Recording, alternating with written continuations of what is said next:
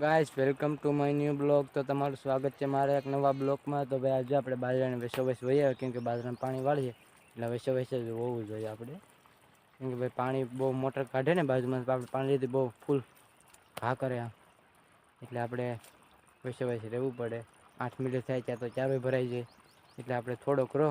કાલ તો બધો પાઈ દીધો હતો, ઘણો પી ગયો હતો કાલ. 15 ચારા હતા ત્યાં ઘડીક આપણે ધબધબાટી સોડા નાખીએ ને તો પી જાય. 2 ચારા તો પાઈ નાખીએ. જો હવે તો દાણો મસ્તીનો સડી ગયો. આપણે ખારુંથી ઢૂંઢું ગોતીએ. જો કેમ છે બાકી ચાલુ કરી દીધું આપણે. હવે એક ડુંડું છે કાંઈ ઘટે જ નહીં. જો છે ને બાકી જો તો ખરા. અહીંથી છે થોડું વાંકું વળી ગયો એવડો જ છે. ડુંડું છોડવું તો નાનો છે પણ ડુંડું બહુ મોટું છે ને. આ જો આને શું કહેવાય, આપણે આ નાખ્યું હતું બાજરામાં અટાણે કાંગ છે ભાઈ. કાંગ અટાણ કોઈને ખેતરમાં ન હોય, આપણા ખેતરમાં હોય ઘણી છે, અને જે વાર છે એ હજી પાકશે પણ થોડીક વાર લાગશે. તો હાલો ફટાફટ પાણી વાળી પછી મળું ભાઈ ઘા. તો ઘડીક પાણી વાળી લેવા ગયો, કાઢી નાખ્યો ઢોરિયામાં. આ બધે પી ગયો એટલે સીધો અહીં 1 ચારો છે, 2 ચારા છે પણ ઊભા છે, વાર લાગશે. આ બધું પાઈ દીધું. આપણે જવું જોઈએ ચારો જોવો. અટાણા તો લુગડા પાછા હતા પહેલે જ, તો બીજા પહેરા હતા આમાં બગડીએ પાછા, કેમ કે અટાણામાં રઝટ બહુ હોય, ઝાકોળ એટલે બધું, એટલે મેળ ન આવે આપણને આમાં. આ તો બટકા છે, ઘાઘા પી જશે તો વાંધો નહીં આવે. પછી આપણે છૂટા પછી ક્યાંય આપણે પાણી જ નથી વાળવાનું. હવે છે થોડું ઘણું, એ તો પાયા કરશું પછી આપણી મોટરે. આ તો ભાઈ ઉકલેમ નહોતું એટલે પાવું પડે એમ. તો આમાં સહેલું પાણી છે પૂરું. હવે 10-15 દીમાં વાઢી નાખીશું એટલે પતી જાય બાજરાનું. સવારે 10-12 દી વાઢી નાખીશું એટલે એનું પતી જાય. બધું પતાવીને પછી નેવરા ઉનાળે. ચાલો પછી મળીએ પાછા. બધું પાણી વાળીને છૂટા થઈ ગયા ને 5:30 થઈ ગયા. 6 વાગી ગયા. 6:30 નહીં પણ 6 વાગી ગયા, કેમ કે આજ બહુ કામ હતું થોડુંક. મારે જ નહોતું પણ ભાઈને થોડુંક કામ હતું એટલે આપણે મદદ કરતા હતા, એટલે આજ કાંઈ નેવરાઈ નથી મળી આપણને. પણ પાણી બધું પી ગયું આપણે બાજરામાં ને. આમાં સાટ વાળી દીધી જવાનમાં.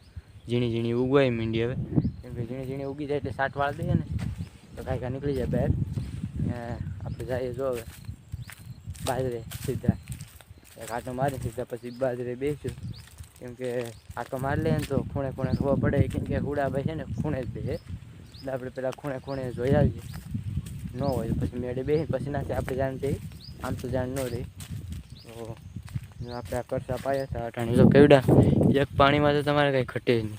ના સુરત દાદા આવે ને એટલે જો ન દેખાય કાંઈ, ઝાખું થઈ જાય. મોટા થઈ ગયા.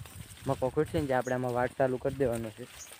હમણાં જ ભાઈ અહીં તો હલાતું જ નહોતું, કેમ કે આખો પાળો રીઝી ગયો છે ને પાણીનો, એટલે અહીં તો હલાતું જ નહીં. પછી હું આમ બહાર નળ છે ને એમાંથી સીધું આમ ફરીને બહુ જાઉં. આપણે શોર્ટકટ કેળો છે, હમણાં થઈ જાય સારા એવી.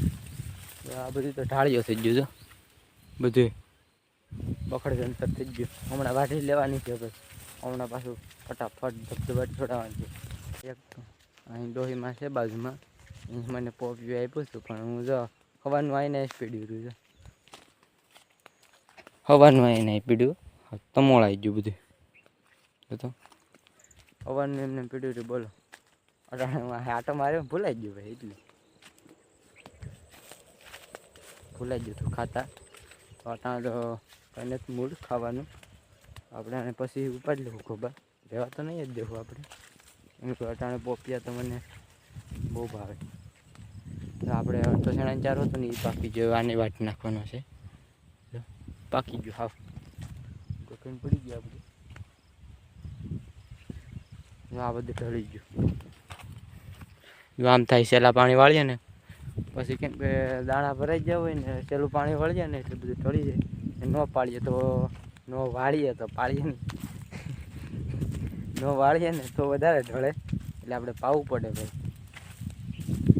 હવે જે થવું એ થાય. આપણે જવાજને જોઈએ એમ જ કરીને બગાડ નાખી હતી. પેલું પાણી વાળું ને ત્યાં બધું ઉપાડી દીધો ગોબર. તો હાલો મેળે ચડી ને બેસીએ. હવે તો આપણે અહીં બેસવાનું છે. 7 વાગ્યા સુધી હું અહીં કેમ કે બીજું આપણે કંઈ કામ ન હોય બેસે. તો આપણે બાજરો હાવ અહીંથી ધોળકાઈ ગયો હતો, હાવ પૂરો થઈ ગયો છે. આ સુરેશ દાદા છે ને બહુ આડા આવે, કંઈ દેખાવા જ ન દીધો.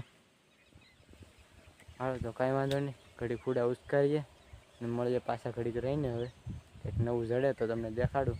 બાકી તો આપણે કાયમીનો બાજરો તો છે જ, બાજરો જોયા કરવાનો. જો ક્યાં બેસી ગયો ઓલા ભાઈ રે, જો હજી તું આટો મારીને આવ્યો ને ત્યાં જ બેસી ગયો જરા. એ મને એમ કે હું અહીંયા છે, પણ હું આગળ જાઉં ને ગોફરને પાછો ભાઈ અટાણ ઠકવી દઈ એમ હું અહીંથી ઉસ્કારીને આવું ને આહેઠે તો ના બેસી જાય, હા ચડાવી દે. હાલો એને ઉસ્કારીને પછી પાછા મળીએ.